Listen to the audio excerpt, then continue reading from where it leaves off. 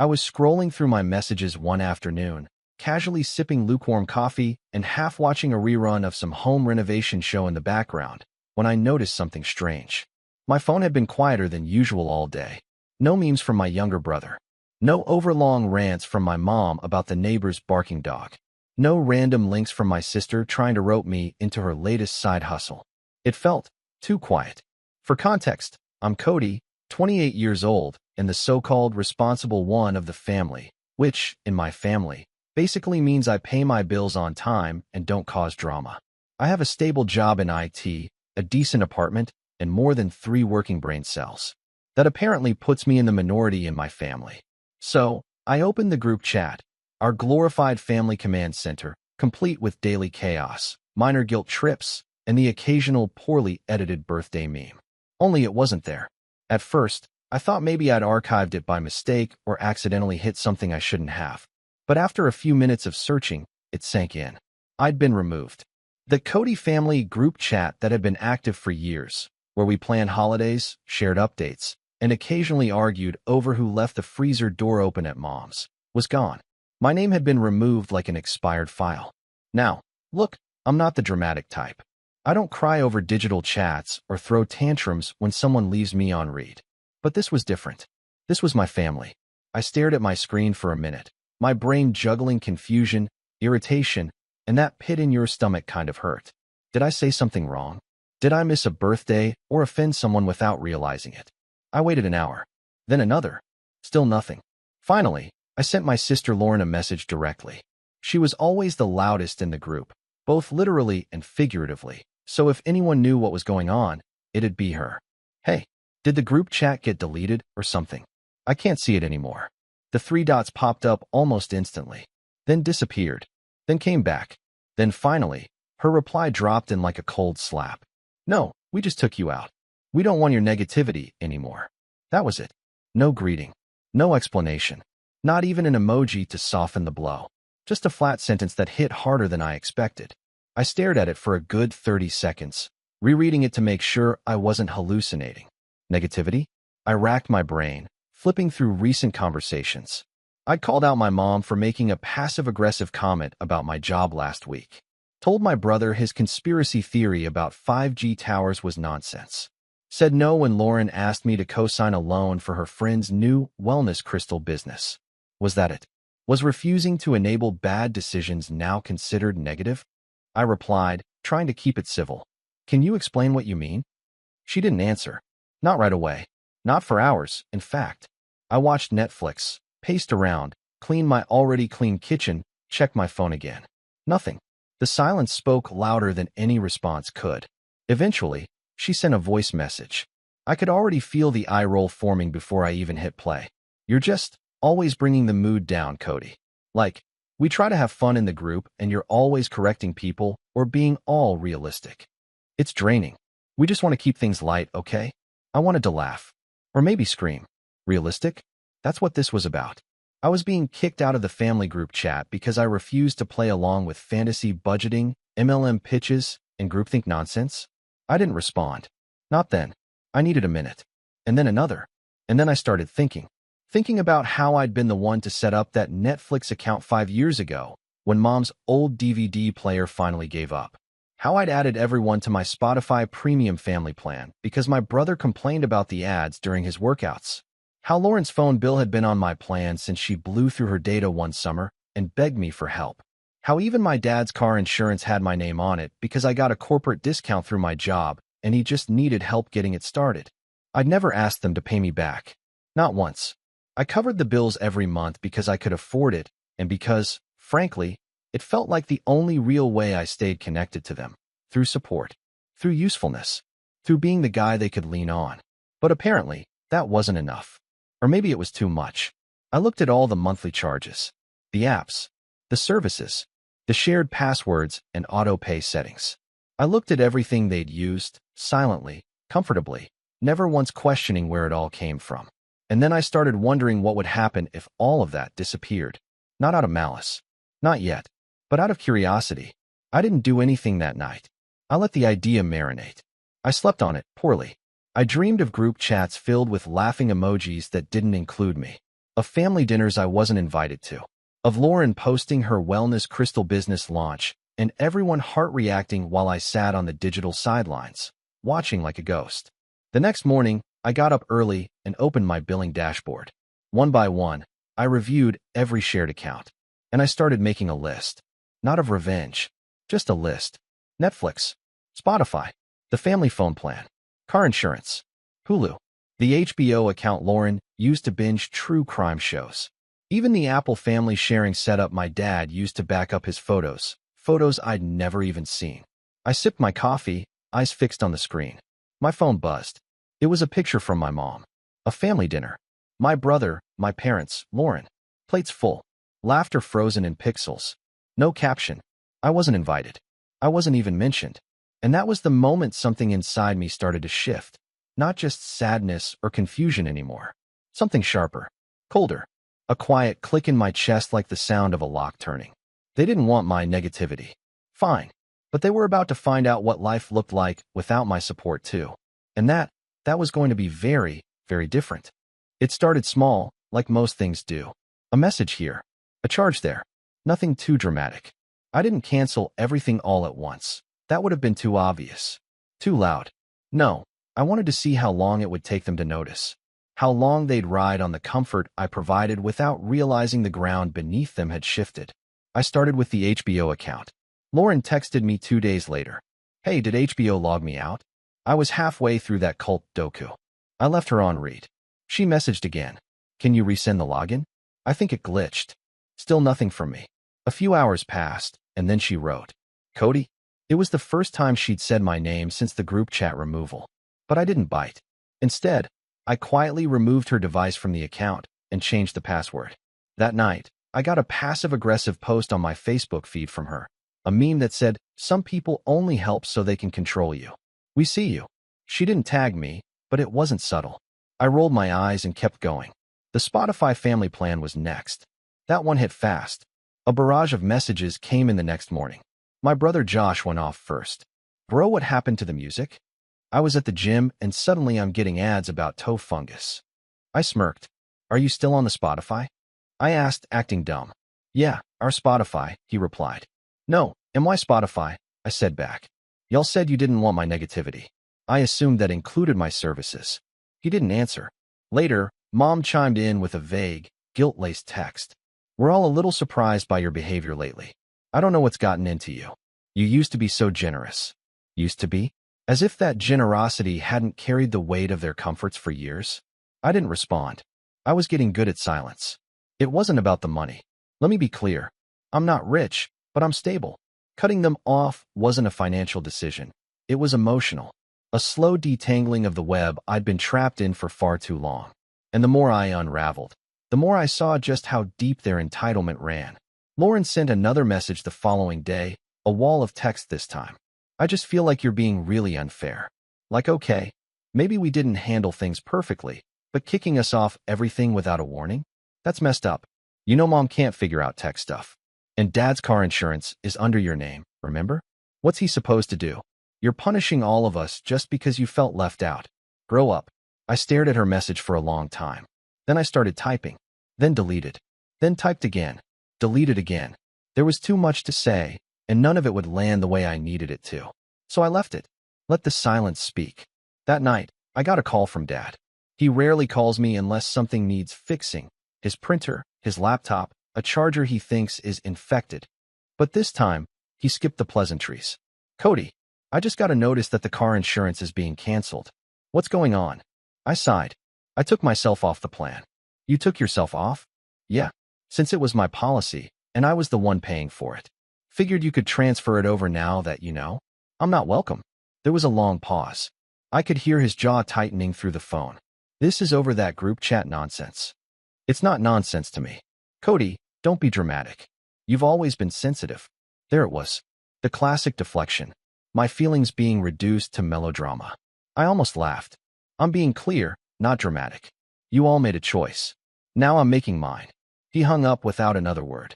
The next day, the group chat reappeared in my messages. No apology. No explanation. Just an invite titled Family Group, New. I didn't join.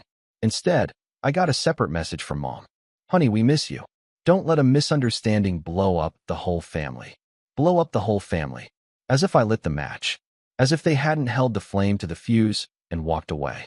I felt like I was being gaslit in 4K. But still, I hesitated. Part of me wanted to just cave, rejoin the group, let things go back to normal. I missed being in the loop. I missed knowing about birthdays and BBQs and Mom's endless updates about her garden. But I also knew that if I went back, nothing would change. I'd just be accepting that their comfort came at the cost of my boundaries. So I declined the invite. That's when things got nasty. Lauren started messaging me nonstop. Voice notes, texts, even an email. She was alternating between guilt-tripping and outright insults. You're acting like a child. No wonder you're still single. Mom cried yesterday because of you. Are you happy? And then came the straw that snapped the camel's spine.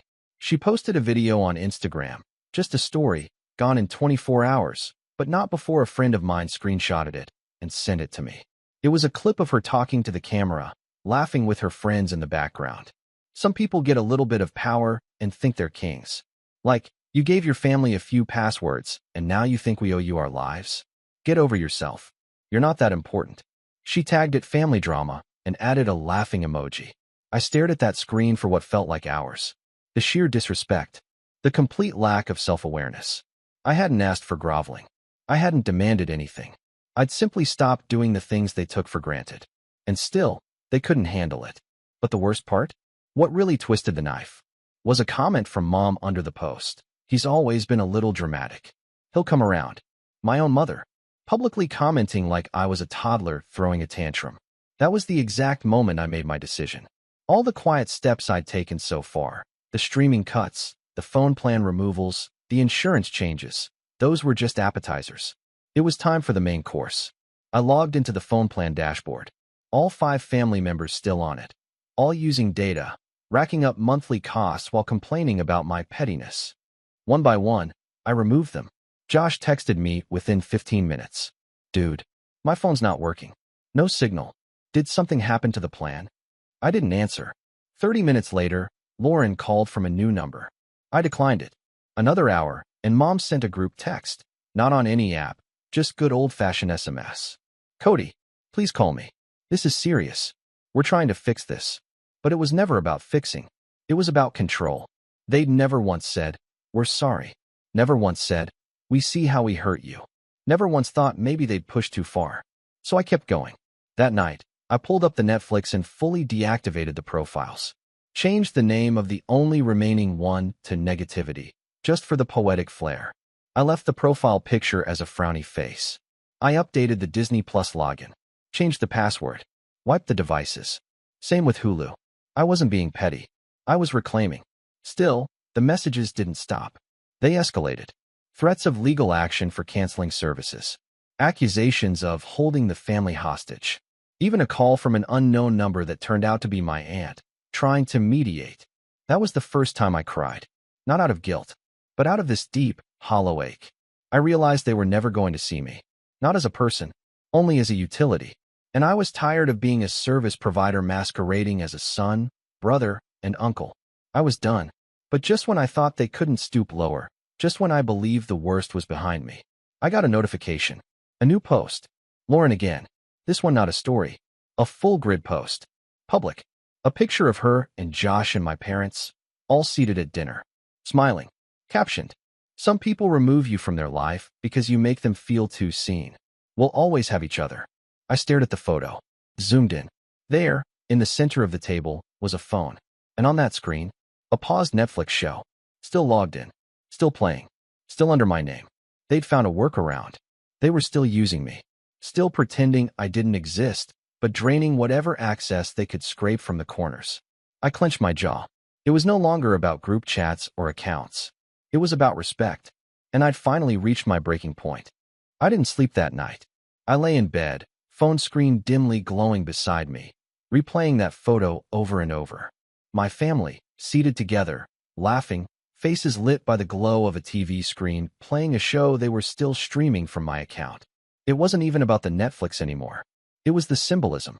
That even after everything, after the silence, the insults, the removals, they still felt entitled to take without so much as a second thought. that they would post that moment to social media, posing like a united front while weaponizing hashtags about toxicity and family first, while still sucking power from the very person they'd iced out. And there I was, alone, on the outside looking in. Again, that's when the real anger crept in, not the sharp, fire-hot kind that flares up and dies out, but the cold, hollow kind. The kind that sits in your chest like ice water and numbs everything it touches. For a few minutes, I thought about deleting all my accounts, changing my number, disappearing altogether, just walking away. I thought about every memory from the last few years, birthday cakes I'd paid for, emergencies I'd covered, holidays I'd driven hours to attend only to end up sitting at the edge of the table like a guest in my own family. And now they were branding me the toxic one? I felt humiliated, used, and more than anything, I felt like I didn't matter. I didn't cry, not yet. I just sat in the quiet of my apartment while the city slept around me. The distant hum of traffic outside my window, the only sign the world was still spinning. That morning, I called in sick to work. I didn't have the energy to fake being okay. My boss was understanding. She always was. But the second I hung up, the weight hit me. All the years I'd poured into my family, into being the dependable one, the helper, the fixer, it had all amounted to this. A cold shoulder and a shared photo with a fake smile. I didn't eat that day, barely moved, just shuffled around my apartment in a haze, picking things up only to set them down again. I tried to distract myself with movies, games, even a walk outside, but everywhere I went, that ache followed. I was grieving, not a death, but the loss of a fantasy. The fantasy that if I just gave enough, if I just loved enough, if I just tried hard enough, my family would see me the way I'd always seen them, as worth the effort. That night, around 2 a.m., I finally let go. I curled up on the floor of my living room, hugged my knees to my chest like I hadn't done since I was a kid, and sobbed. Not the dignified kind, either. The ugly, choking kind. The kind that rips out of you when years of unspoken hurt finally reach the surface. I cried for the birthdays I'd spent alone, for the text messages never answered, for the "we were just joking" jabs that had landed like daggers, for all the times I'd swallowed my pride and said yes when I wanted to scream no. And when the tears dried, I felt empty, but clean, like something inside me had been scrubbed raw. That was the bottom, but it was also where I found the first brick of something new. The next morning, I got up and opened a blank note on my phone. Titled it, "What do I want?" Not what they wanted, not what I was expected to want, but me, Cody, a 28-year-old IT guy with no more room for illusions. I wrote, peace, boundaries, friendships that feel like home, a gym routine that doesn't fizzle out in 2 weeks, maybe a dog, a career I actually like, to stop living in reaction to people who never ask how I'm doing. It wasn't profound. It wasn't even that ambitious, but it was real. And for the first time in a long time, I felt real too. That week, I made some quiet changes. I started therapy again, video sessions on Tuesdays with a woman named Kara who listened like her life depended on it. I told her everything. The group chat, the accounts, the betrayal, the ache in my chest that hadn't gone away. She didn't offer miracle cures, just space, and questions that made me think. What would your life look like if you stopped playing the family hero? That one haunted me for days. I also restructured my finances. I combed through every shared subscription and account, cross-referenced every auto payment, and scrubbed away the remnants of shared responsibility. It felt like cleaning out a closet full of moldy clothes I didn't know I was still wearing. I bought myself a new phone plan, solo, simple mine. Set up new passwords for everything. Clean slates across the board. And then, just because I could, I treated myself to something I'd been putting off for years, a week-long solo trip. Nothing fancy, just a quiet cabin up in the mountains. No Wi-Fi, no reception, just me, some books, and enough silence to hear myself think again. The first night in the cabin, I stood on the porch wrapped in a hoodie, the sky scattered with stars so thick it felt like a painting. I breathed deep. No buzz of notifications. No family drama. Just stillness. And that's when it hit me. I wasn't missing them. I was missing who I thought they were. The versions I'd created in my head. The loving sister who would eventually say thank you. The mother who would one day see my efforts. The father who'd call just to talk. They weren't real. But I was.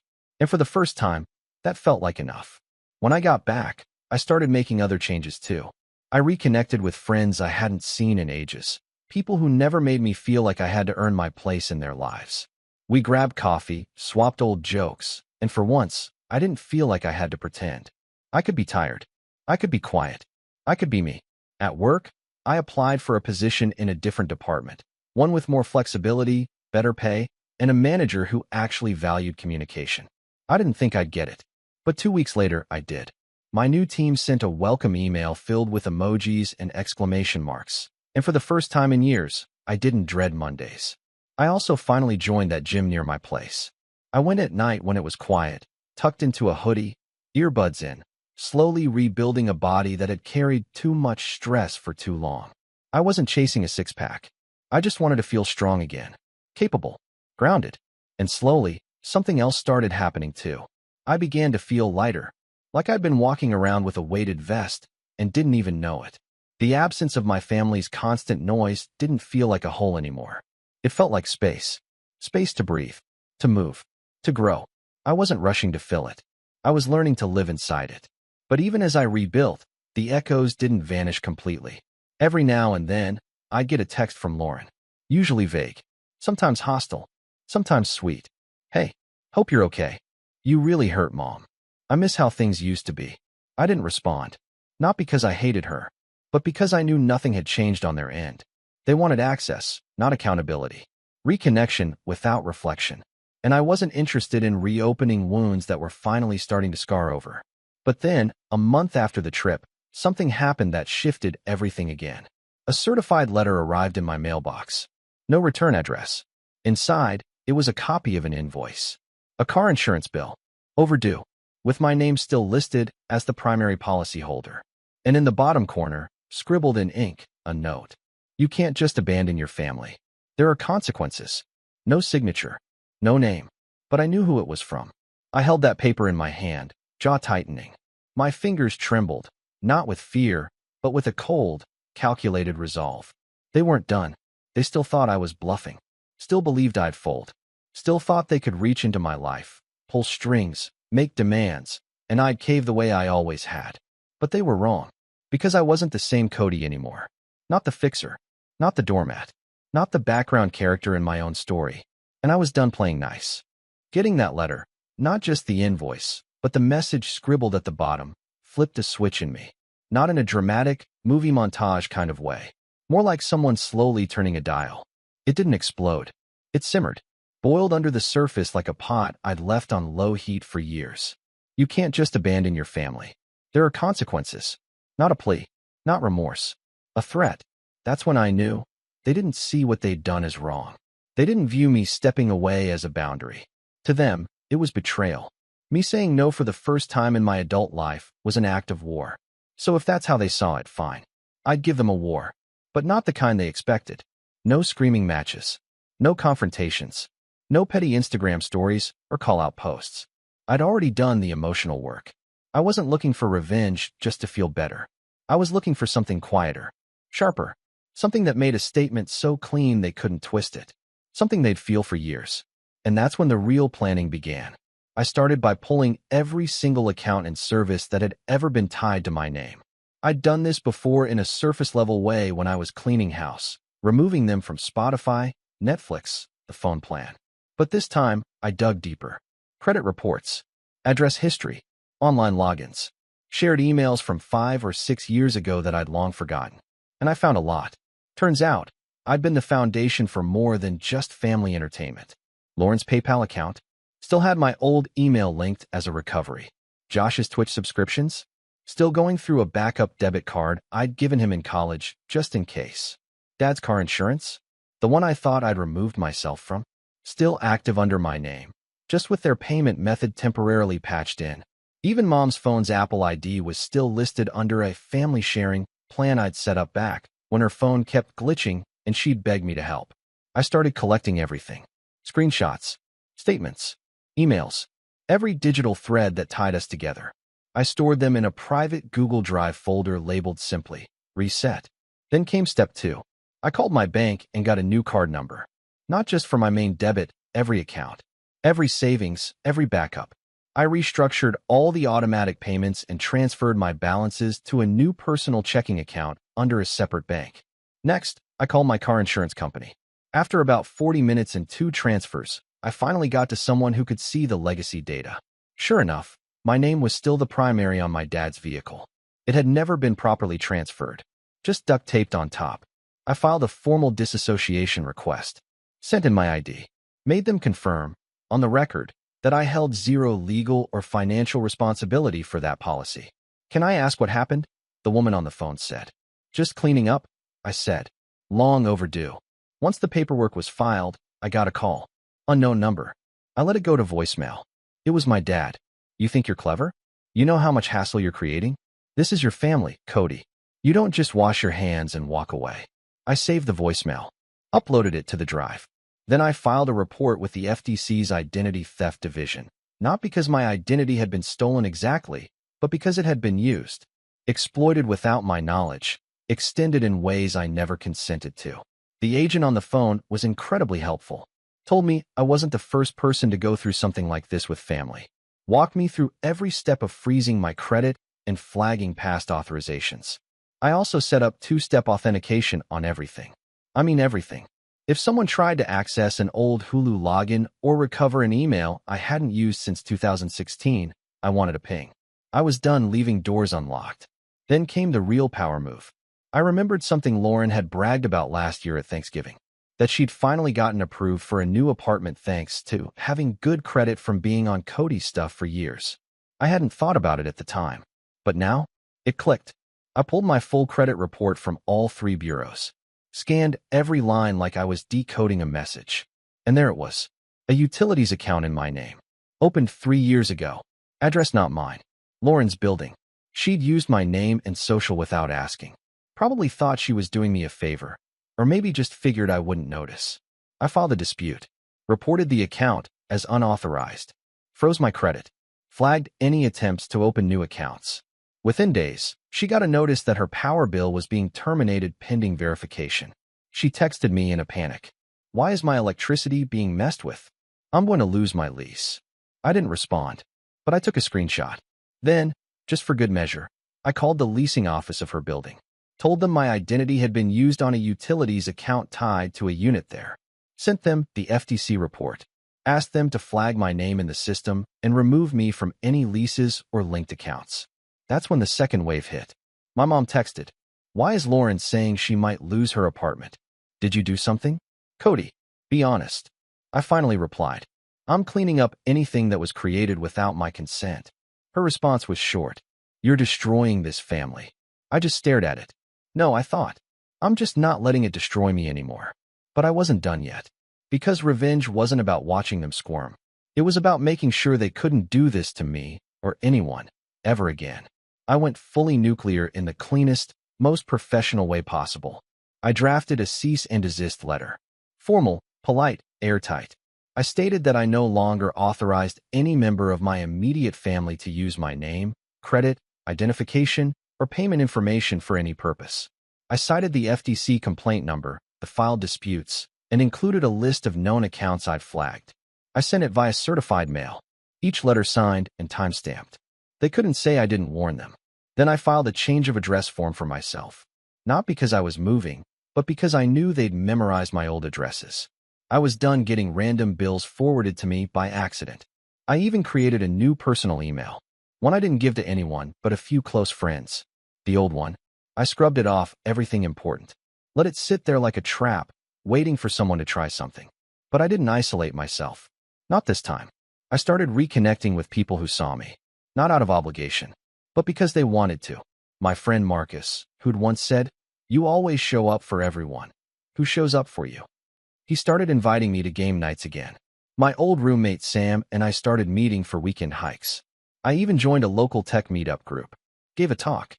Felt my hands shake through the whole thing, but they clapped. Smiled. I wasn't invisible anymore. I started journaling. Hit the gym more. Signed up for a cooking class. Then, one Friday night, sitting in a quiet restaurant with new friends and real laughter swirling around me, my phone buzzed. A message from Lauren. Just 2 words. "We need to talk." I put my phone face down. Took a sip of my drink.